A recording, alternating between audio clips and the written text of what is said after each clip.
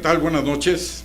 Hoy es jueves y son las 7 de la noche en punto. Bienvenidos nuevamente a Taller Literario, nuestro programa número 3. Y antes de comenzar, quiero darles a conocer algunos de los comentarios que recibimos de nuestro programa anterior. Shadani Mendoza nos dice: te mandaré mi historia. Cecilia Lascano nos comenta: me gustó mucho el programa y voy a continuar escribiendo. Carmen Urbina dice: la sección de los textos es interesante. Sin embargo, hay varios que en mi opinión carecen de interés literario y se vuelve muy tedioso estarlos escuchando. Carmen nos cuenta, no sé si sea la misma o es otra Carmen, dice: me encanta la idea y es muy cierto lo que dices. Sabemos poco de la historia de nuestra familia, que es la nuestra propia. Osvaldo dice: la comunicación hoy en día está llena de letras. WhatsApp, por ejemplo. Escribir nuestra historia es una gran idea. El comentario sobre la regenta de Leopoldo Alas, Clarín. Cecilia Lascano dice: la regenta me parece muy interesante. Y le preguntan a mi colega Jorge Jutich: ¿sabe si hay una película mexicana de los 30 o 40 basada en esta novela? Ya te contestará don Jorge si tiene conocimiento de esta película. Marcela y Gilberto nos comentan: muy interesante la reseña de la regenta, tanto que invita a su lectura. Carmen Urbina nos comenta: será muy interesante leer La regenta, nos atraparon con esa frase introductoria. Tere nos pregunta: será muy interesante, ¿con qué personaje de su novela crees que se haya identificado el autor? Enrique solamente dice: interesante análisis. Y María Elena Urbina dice: gracias por antojarnos de esa manera a vivir a través de los libros. También queremos agradecer las felicitaciones de Violeta, nuestra madrina del primer programa, a quien le mando una cordial felicitación este día, porque estamos cumpliendo 42 años de matrimonio. Gracias, Viole, por estar siempre a mi lado. También recibimos felicitaciones de Mayella, desde la ciudad de Mérida, Marcela y Gilberto, la familia Pulido Jutich y Jutich de la Lama, Leticia y Carmen Urbina, Enrique, Mauricio y Osvaldo Torres Esquinazi, Armando Díaz Arteaga, Alá para los amigos, Javier Díez de Sollano, Gil, Paco Torres, Monse, Ana, Ricardo Villanueva, Belia González, Martín Márquez, y a todos nuestros amigos y familiares que nos alientan con sus comentarios. Muchas gracias. El día de hoy les tengo una palabra. Esta palabra se llama procrastinar. Y esta palabra es muy interesante para nosotros porque significa posponer. Y eso es algo que quiero pedirles que tomen muy en cuenta. En nuestra vida, gran parte de nuestros proyectos se van en ese tono.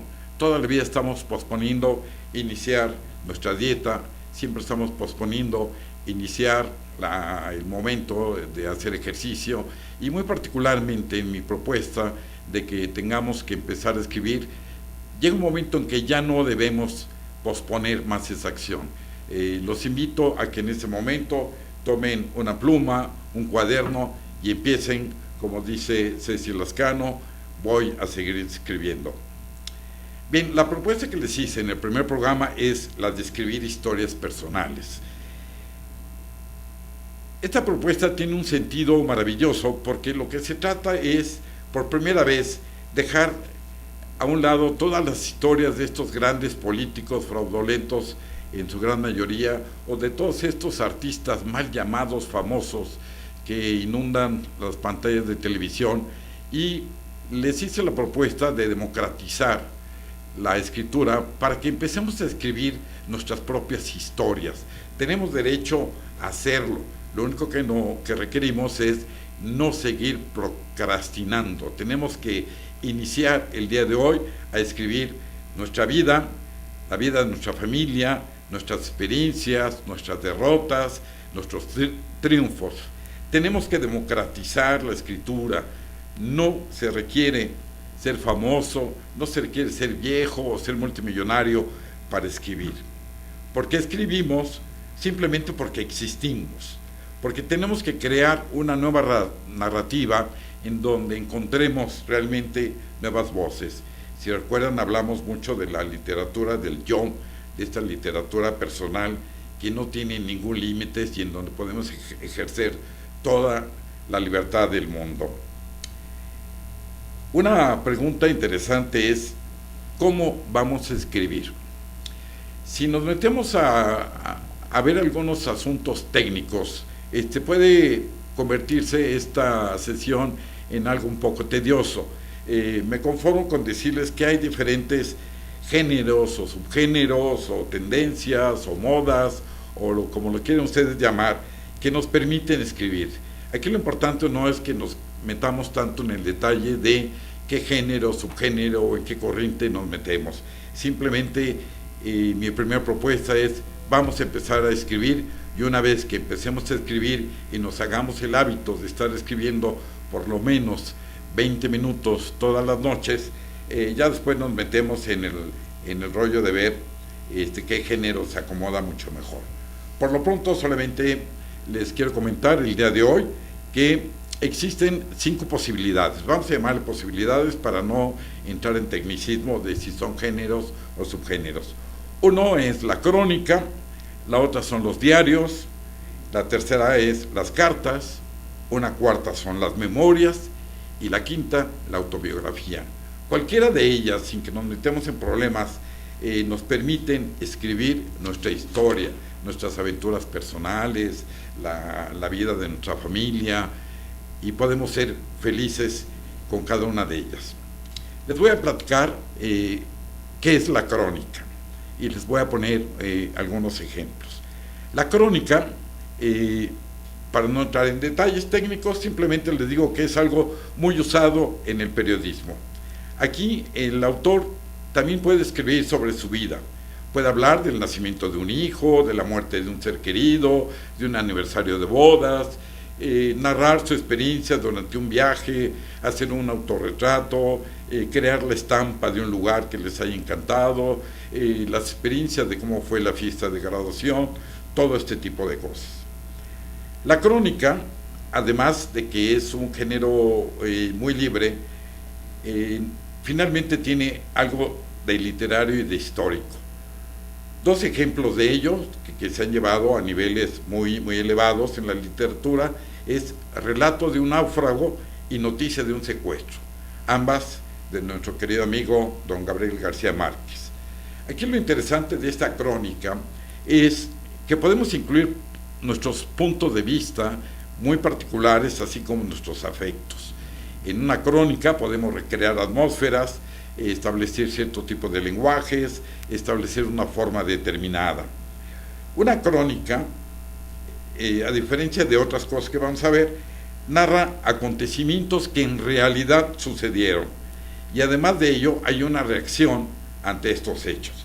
A diferencia de la ficción, por ejemplo, que es la novela, el cuento, en la ficción las situaciones y los personajes son inventados. En la crónica son acontecimientos reales que sucedieron.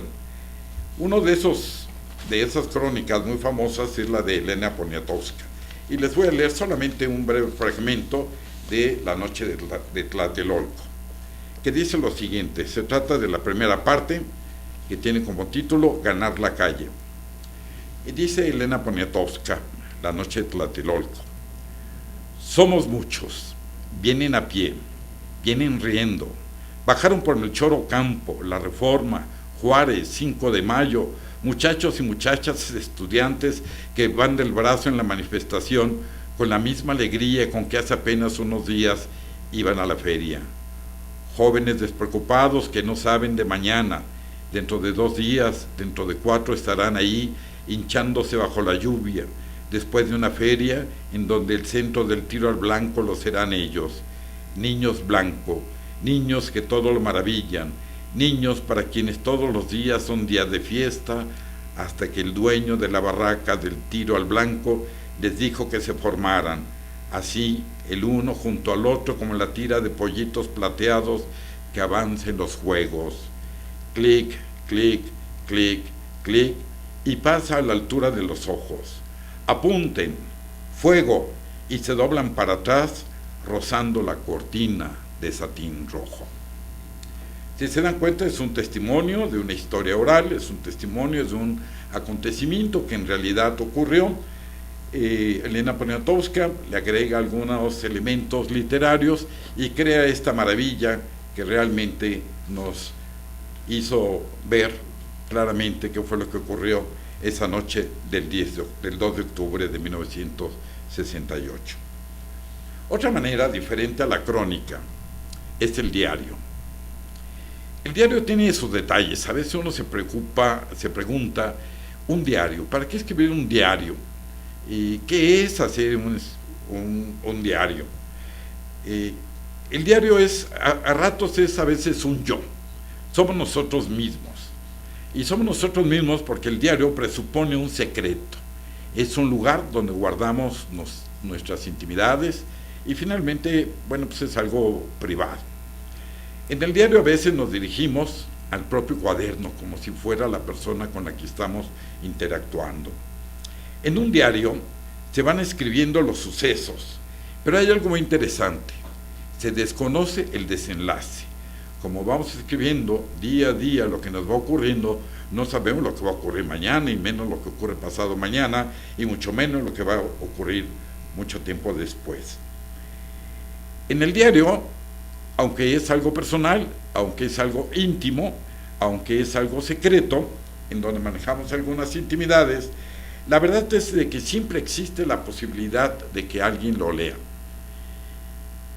Y la verdad, aunque esto nos cuesta trabajo a los escritores confesarlo, es que muchos lo hacemos con la intención de que algún día se publique.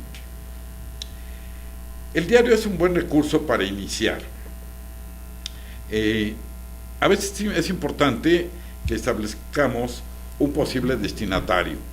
Les recomiendo, por ejemplo, hacer lo que hizo Ana Frank cuando le escribía a una amiga imaginaria, que es la famosa Kitty, y de ahí se hizo famosa la frase de Hello Kitty. Para otros es simplemente querido diario, como si ese querido diario fuera un ente vivo, alguien que tiene la capacidad de escucharnos, de hacernos pensar, de darnos paz, de reflexionarnos. Les voy a leer un poco, también un fragmento del diario de Ana Frank. Esto fue el viernes 14 de agosto de 1942. Y dice: querida Kitty, durante todo un mes te he abandonado, pero es que tampoco hay tantas novedades como para contarte algo divertido todos los días. Los Van Damme llegaron el 13 de julio. Pensamos que vendrían el 14, pero como entre el 13 y el 16 de julio los alemanes empezaron a poner nerviosa cada vez a más gente, enviando citaciones a diestra y siniestra, pensaron que era más seguro adelantar un día la partida antes de que fuera demasiado tarde. A las 9:30 de la mañana, aún estábamos desayunando, llegó Peter Van Damme, un muchacho desgarbado, bastante soso y tímido, que no ha cumplido aún los 16 años y de cuya compañía no cabe esperar gran cosa. El señor y la señora Van Damme llegaron media hora más tarde. Para gran regocijo nuestro, la señora traía una sombrerera con un enorme orinal dentro. Sin orinal no me siento en mi casa, en ninguna parte, sentenció, y el orinal fue lo primero a lo que se le asignó un lugar fijo, debajo del diván. El señor Van Damme no traía orinal, pero sí una mesa de té plegable bajo el brazo. Bueno, esta es otra historia de cómo podemos iniciar. Ya vimos la crónica, que relata sucesos que en realidad ocurrieron, le agregamos algunos detalles literarios y empezamos a escribir. La otra posibilidad es un diario, y como tercera posibilidad tenemos las cartas. Las cartas es un género epistolar que deberíamos de rescatar. En las cartas el autor está inmerso Yo, como autor, soy el que estoy escribiendo un acontecimiento muy reciente, y además el destinatario también está presente. Esto significa que lo conozco, sé a quién le estoy escribiendo. En las cartas son muy interesantes porque ahí utilizamos diferentes tonos según el destinatario, ya sea que le hablemos a nuestros hijos, a nuestra esposa, a nuestros amantes, a nuestros abuelos, y a la larga pues esto conforman una colección. Aquí tengo una selección de una colección de cartas que Juan Rulfo le escribe a Clara, su esposa. Y le doy también solamente un fragmento. Esta carta la escribió el 9 de enero de 1945. Y dice, en Guadalajara: Clara, pequeña amiga, tengo entre las joyas de mis parientes un tío muy terco. Yo también soy muy terco, pero él me gana. Que se armó a que lo acompañara, y la cosa fue tan de repente que no tuve tiempo sino de hacer mi envoltorio y venirme con él. Eso fue el sábado al mediodía. Por tal motivo estoy suplicándote me perdones el no haberte avisado de mi salida. Me he acordado mucho de ti. Todo el camino me vine, piense y piense que en Guadalajara se había quedado una cosa igual a las cosas esas que andan por el cielo, y de puro acordarme venía sonriéndose mi corazón y dando de brincos a cada paso, como si no le cupiera el gusto de saber que tú existes. Debido a eso no se me hizo largo el camino. Él y yo nos venimos platicando de ti, mi corazón y yo, y él estuvo de acuerdo conmigo en todo. Por ejemplo, yo comencé por decirle que no me merecía ni siquiera que me dirigiera la palabra, y mucho menos tenerme por amigo. Entonces él me comentaba: es muy cierto, muy cierto. Si se dan cuenta, es otro estilo. Son las cartas que le escribe Juan Rulfo, a quien después de un tiempo se convierte en su esposa. En este momento apenas se estaban conociendo. Así como les hice la propuesta de empezar a escribir, también quiero hacerles una nueva propuesta. Y esta propuesta consiste en el hecho de crear clubes de destinatarios, clubes de autores, clubes de personas que se escriban cartas. Este pasatiempo puede ser muy, muy interesante, porque esto nos ayuda a ir a la papelería, a buscar una buena libreta, a buscar sobre todo hojas de colores, hojas muy elegantes, hojas muy bonitas, comprarnos una pluma fuente o una excelente pluma, escribir a mano. Carlos Fuentes decía que escribir a mano es escribir con el corazón, dejar un poco de lado este martillar del teclado, que a veces es muy frío. Y bueno, pues la idea es hacer un club donde le podamos escribir a los amigos todo lo que nos está ocurriendo, con la única condición es de que sea por escrito, que regresemos a este correo formal, ya no sé, recuerdo ni cómo se le llama, al que no es correo electrónico, sino es el correo postal. Hacernos la costumbre de escribir cartas. Otra idea es escribir memorias. El problema de las memorias es que ya es un género muy desgastado por los políticos y por los artistas famosos. En ellos se escribe una parte de la vida o solamente una época determinada, por ejemplo, un sexenio. Y las memorias sirven para justificar las acciones o para pretender corregir algunas partes de la historia. Aunque no de todo modo, no todo es malo. Muchos autores siguen escribiendo memorias, y en este caso tengo una selección, también un párrafo muy breve, de un mago de la memoria, que es Gabriel García Márquez, que escribe su libro Vivir para contarla. Y él dice, como preámbulo: la vida no es la que uno vivió, sino la que uno recuerda y cómo la recuerda para contarla. Y les leo solamente un pequeño párrafo de la página número 1. Y dice García Márquez en sus memorias: mi madre me pidió que la acompañara a vender la casa. Había llegado a Barranquilla esa mañana desde el pueblo distante donde vivía la familia, y no tenía la menor idea de cómo encontrarme. Preguntando por aquí y por allá entre los conocidos, le indicaron que me buscara en la librería Mundo o en los cafés vecinos, donde iba 2 veces al día a conversar con mis amigos escritores. El que se lo dijo le advirtió: vaya con cuidado, porque son locos de remate. Llegó a las 12 en punto. Se abrió paso con su andar ligero por entre las mesas de libros en exhibición. Se me plantó enfrente, mirándome a los ojos con la sonrisa pícara de sus días mejores, y antes que yo pudiera reaccionar, me dijo: soy tu madre. Bueno, pues esta es la memoria Vivir para contarla de García Márquez, y solamente me queda hacerles una nueva propuesta. ¿Por qué no escribimos una memoria, un grupo de amigos? Si esta memoria tuviera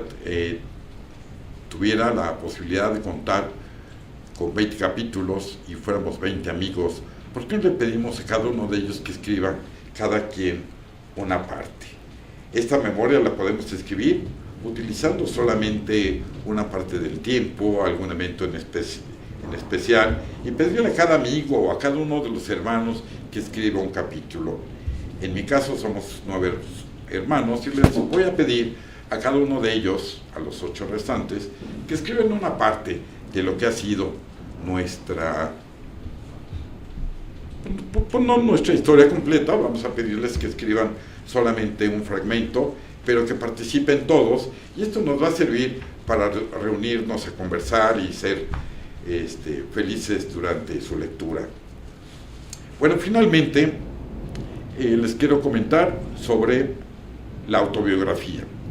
La autobiografía, a diferencia de las otras opciones que vimos, narra acontecimientos a distancia, existe una visión panorámica, comprende, a diferencia de las cartas y del diario, aquí sí sabemos cómo se inició algo y también sabemos cómo terminó. Se dice que la autobiografía narra sucesos desapasionados, porque ya pasó, entonces ya no escribimos con la misma pasión que escribimos una carta o escribimos en nuestro diario. Una buena manera de empezar a escribir una autobiografía es iniciar con una dedicatoria. Esto nos puede dar una idea de qué es lo que queremos escribir. Hay autobiografías que empiezan con la frase de "a todas las mujeres de México", y eso nos da una idea de qué piensa escribir. O podemos empezar con la dedicatoria de "para mis hijos", y eso también nos va a ayudar a saber qué es lo que queremos escribir. O otra dedicatoria "a quienes han sufrido tal situación o enfermedad". Son ideas solamente para que tomemos esa pluma y empecemos a escribir. Como un ejemplo de autobiografía, les narro también un párrafo de un escritor que ya nos abandonó, mi profesor en la Facultad de Ciencias Políticas y Sociales, Gustavo Sáenz, un autor que tuvo mucho éxito con La princesa del Palacio de Hierro, que le mereció el premio Javier Villaurrutia, y que después de esa etapa escribió su autobiografía. Y esta dice así: cuando tenía 5 años, me disgustaba ir a la escuela. Por las mañanas el radio transmitía un programa terrorífico, La Legión de los Madrugadores, a cuyo ritmo había que lavarse, vestirse, desayunar y ordenar los útiles escolares.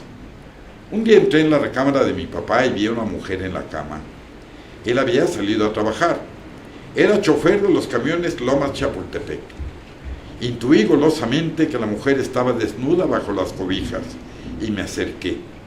Levanté la colcha despacio, despacio, despacio, muy nervioso. Entre sueños, ella dio un manotazo cubriéndose cuando apenas había logrado verla. Le dije: se me cayó un botón de la camisa y lo ando buscando. Y me agaché para meterme debajo de la cama, y allí me arranqué uno y salí del cuarto triunfante con el botón en la mano. Bueno, todo esto solamente son algunos ejemplos que les presento con la única intención de que nos sirvan como de inspiración, como de punto de arranque para empezar a escribir.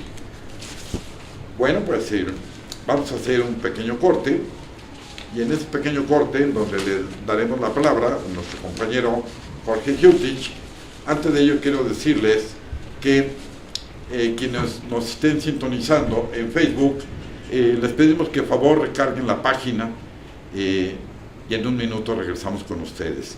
Le doy las gracias a Karina Soberanis, que está aquí en producción, y a nuestro productor de siempre, don Martín Hernández. Gracias por su compañía. Los esperamos el próximo jueves.